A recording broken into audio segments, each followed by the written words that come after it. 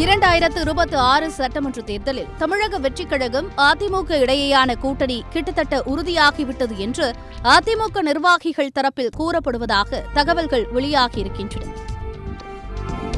கோணம் 1. திமுகவும் பாஜகவும் தான் அரசியல் எதிரிகள் என்று தாவேக அறிவித்துவிட்டது. மேலும் எம்ஜிஆரை திமுகவினர் எப்படியெல்லாம் ஒடுக்க முனைந்தார்கள் என்றும் தாவேகவினர் பேசி வருகிறார்கள். இந்த பின்னணியில்தான் விஜயை அதிமுக நிர்வாகிகள் கடுமையாக விமர்சிப்பதில்லை என்று கூறப்படுகிறது. இதன் காரணமாகவே இதை கூட்டணியாக சித்தரிப்பதாகவும் பல்வேறு விமர்சனங்கள் எழுகின்றன. கோணம் 2. தற்போது மாநிலத்தில் ஆளும் கட்சியாக திமுக தான் இருக்கிறது. எனவே ஆட்சியை பிடிக்கப் போவதாக கூறும் தாவேக திமுகவை தான் குறிவைத்து செயல்பட முடியும். இதற்காகவே தங்களை அந்த கட்சியின் பி டீம் இந்த கட்சியுடன் கூட்டணி என்று பேசுகிறார்கள் என்பது தாவேகவின் குற்றச்சாட்டாக இருக்கிறது. கோணம் 3.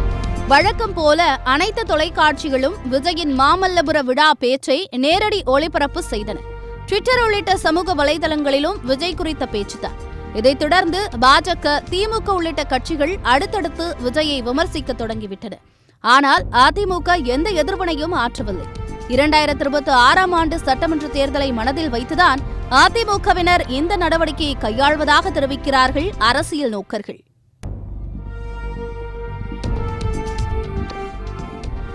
கோணம் 4.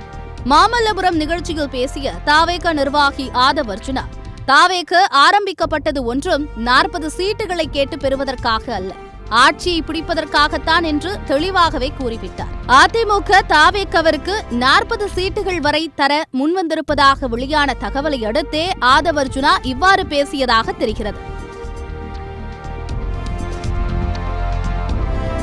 கோணம் 5. அரசியலில் நிரந்தர எதிரியும் இல்லை, நிரந்தர நண்பனும் இல்லை என்று மாமல்லபுரம் நிகழ்ச்சியில் விஜய் பேசியிருக்கிறார். அதிமுகவுக்கான சிக்னல் தான் இது என்றும் தகவல்கள் பரவி வருகின்றன. அதிமுகவின் உள்கட்சி விவகாரம், தாவேகவின் முழு அளவிலான களப்பணி ஆகியவையே கூட்டணியை முடிவு செய்யும் அளவுகோல்களாக இருக்கப் போகின்றன.